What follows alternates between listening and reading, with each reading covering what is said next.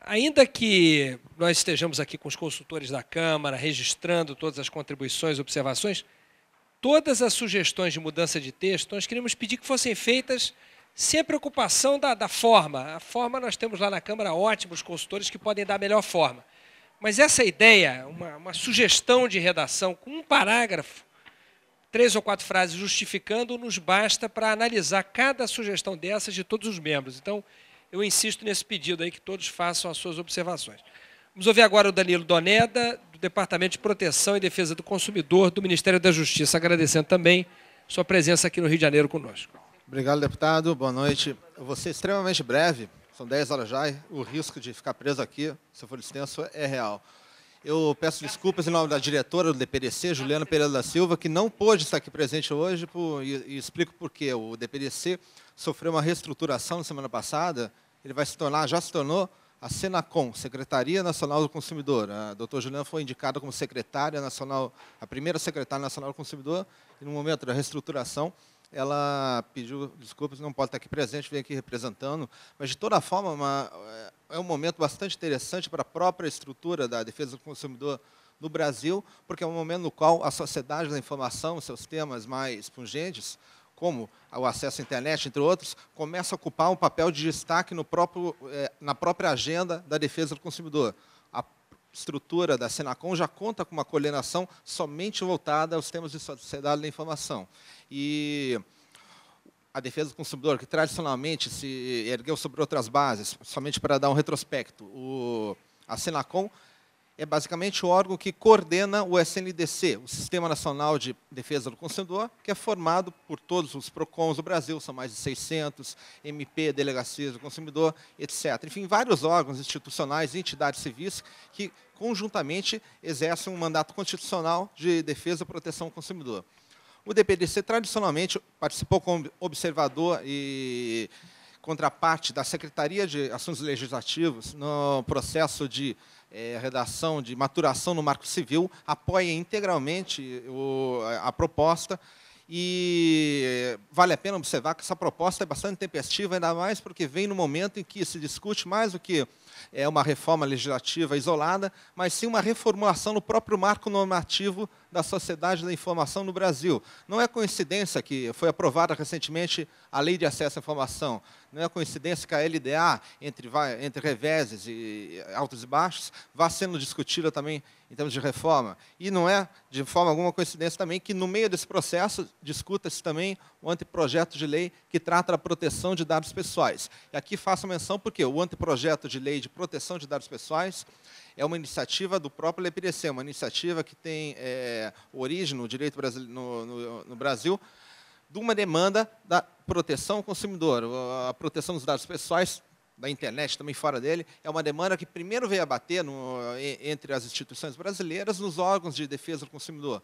De tanto ouvimos essa demanda, de tanto nos convencemos, pouco a pouco, que essa demanda exorbitava até o próprio mandato estrito da defesa do consumidor, decidimos pela opção mais arrojada, mas que entendemos mais apropriada, isso é, de formular um marco normativo específico para a proteção de dados pessoais, o que envolve internet, envolve também qualquer outra situação em que os dados pessoais são tratados, seja pelo Estado, seja pelo setor privado. E aqui eu vou para o meu primeiro ponto de destaque, ressaltando a harmonia e complementariedade entre o anteprojeto de lei que está sendo discutido, iniciativa do MJ, com o próprio Marco Civil. O Marco Civil se propõe a proteger a privacidade, a proteger os dados pessoais, na forma da lei. É isso que estabelece o artigo 3º, inciso 3. Há portanto, uma divisão de competências, a qual a proteção de dados pessoais, muito embora relevantíssima, porque, afinal de contas, quando tratamos de vários pontos, como monitoramento de navegação, guarda de logs, etc., tratamos também de temas que podem ser muito bem abordados do ponto de vista também da proteção de dados. Mas é feita remissão a uma lei específica para isso. E, nesse ponto, eu já posso antever uma seguinte conclusão, de que o Marco Civil, em alguns aspectos, no que tange a proteção da privacidade, a proteção de dados, em situações típicas da internet, já funciona, já se propõe como uma lei específica. Uma lei específica que não está em dissonância com os valores, com os princípios do projeto de proteção de dados. Muito pelo contrário. E eu ainda ressalto que, além dessa complementaridade, há espaço para determinar com mais exatidão qual seria a possível ressonância entre os dois projetos. Nós sabemos que foi verbalizada a intenção pelo deputado Malon, inclusive, de incluir algumas menções sobre mais específicas sobre proteção de dados pessoais do Marco Civil, quando se trata de dados que trafegam na internet, e nós estamos completamente, já publicamente assumimos o comprometimento à disposição do deputado para discutir de que forma isso possa ser feito de uma maneira harmônica, de uma maneira condizente com os debates que foram feitos até o momento em relação ao Marco Civil. Indo para o meu segundo e último ponto, em relação ao texto literal do Marco Civil, e a experiência da defesa do consumidor crescente com a sociedade da informação, também entendemos que a questão da neutralidade da rede é um tema de extrema importância para a defesa do consumidor e que encontra uma dicção bastante concreta no Marco Civil, artigo 3º, artigo 9º, como já citado.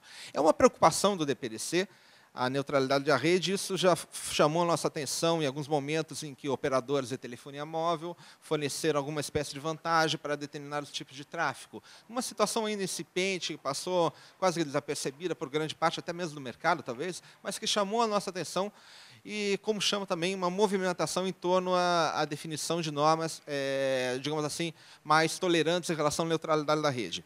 Nós entendemos que o tema da neutralidade não é um tema fácil, é um tema que precisa ser dilapidado com bastante atenção, mas entendemos que a internet justifica, tem sua própria existência justificada quando ela funciona, quando ela é regida pelo princípio end-to-end, a comunicação de fim a fim, na qual o intermediário tem, no mínimo, um poder residual de controle do fluxo de tráfego. Isso, para nós, é uma parte fundamental da própria definição do que seja as comunicações pela internet. E qualquer modificação nesse teorema deve ser considerado com muito cuidado para verificar qual eventual lesão aos consumidores, as expectativas legítimas de consumidores que acessem a internet com expectativas genéricas de acesso amplo e restrito a qualquer tipo de tráfego, a qualquer tipo de conteúdo legítimo.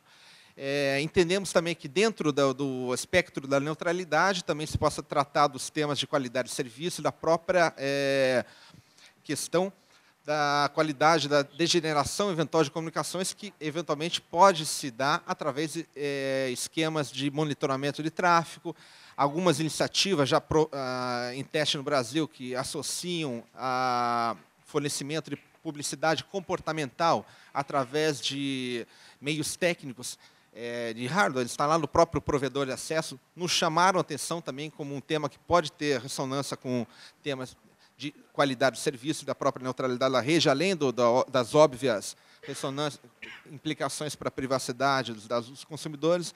Encerrando, nós gostaríamos de ressaltar a nossa visão sobre a qual um marco normativo que garanta os direitos de usuários da internet é um marco normativo que também, certamente, vai garantir os direitos de consumidores da internet. E o Código de Defesa do Consumidor, que já completou 20 anos, mas que, num texto bastante enxuto e principiológico, sempre foi muito bem pródigo na sua atualização, muitas vezes até automático por força do tempo, é um código que também vai potencializar e vai ressaltar os princípios, os direitos garantidos pelo Marco Civil, que também influem numa maior proteção e garantia os direitos do consumidor. E aqui a proteção à privacidade, a garantia da neutralidade na rede sobre os temas, da forma como ela for percebida, são temas que certamente vão encontrar essa ressonância na proteção do consumidor e nos novos temas do Marco Civil que ressoem com a defesa do consumidor. Muito obrigado.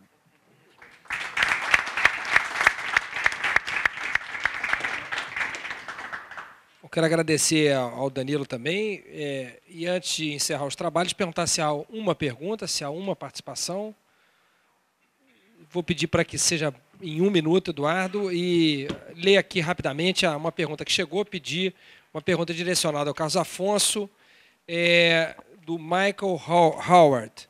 ele pede, pode citar países onde viu boas resoluções sobre como decidem sobre remoção de conteúdo, difamação, enfim, sobre como julgar conteúdo, se legalmente ilícito ou liberdade de expressão, se há alguma referência sobre isso. Eu vou passar 1 minuto a palavra ao Eduardo, que faça a sua pergunta antes e depois a gente encerra. Esse debate todo? Bom, nós estamos... Um resumo disso, o E-Democracia tem providenciado tanto a publicidade de todo esse debate, quanto o próprio relatório, e assim exprimo também a minha posição aqui, quer dizer, anuncio isso, diante de todas essas audiências públicas, vamos ter ainda a de João Pessoa na segunda-feira e na terça a última em Brasília, 11 e 12 de junho. Logo em seguida, 2 ou 3 dias depois, eu pretendo disponibilizar meu pré-relatório.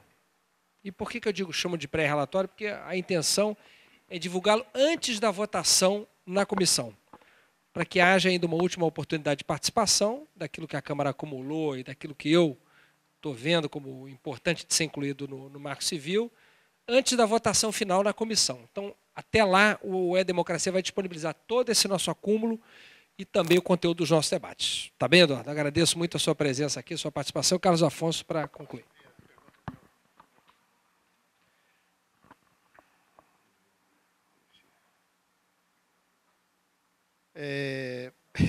Boa pergunta. É difícil porque varia muito dependendo da situação. Eu creio, inclusive, que o meu xará, Carlos Afonso, e o Ronaldo Lemos têm muito mais condições de responder sobre isso do que eu, em termos de informações. Mas o que eu sei é que há uma variação muito grande entre países que simplesmente retiram o conteúdo, desativam, inclusive, subdomínios inteiros na internet, e países onde é feito o devido processo legal para essa remoção, né? Então, é muito difícil você estabelecer algo que seja um parâmetro comum a todos, né? Isso é um espaço de muita violação de direitos, na verdade, que ocorre, e não tem como a gente ter aqui uma referência. E isso ocorre também em países da União Europeia, né? Remoções que talvez não tenham seguido o processo devido do direito.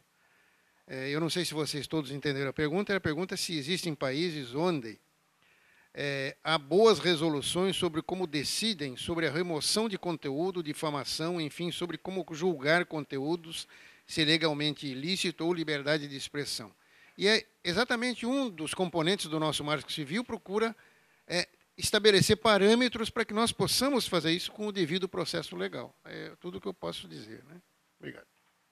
Obrigado, Cássio. Antes de encerrar, eu queria só fazer um último registro, um pedido aqui ao Ministério da Justiça, que, se possível, de fato, seja antecipada essa reflexão sobre proteção de dados pessoais, já que esse tema é mais do que urgente na internet, talvez não possamos esperar a vinda do projeto sobre um projeto mais geral, talvez seja necessário antecipar alguma coisa no Marco Civil da internet. Fazer esse último apelo, agradecer muito a deputada Jandira pela mediação da primeira mesa, pela presença aqui, pela dedicação dela a esse tema, a todos os presentes, a todos que nos acompanharam, e pedir que as sugestões sejam encaminhadas aí para a nossa comissão antes da apresentação do relatório. Muito obrigado, está encerrado o trabalho da gente. Obrigado.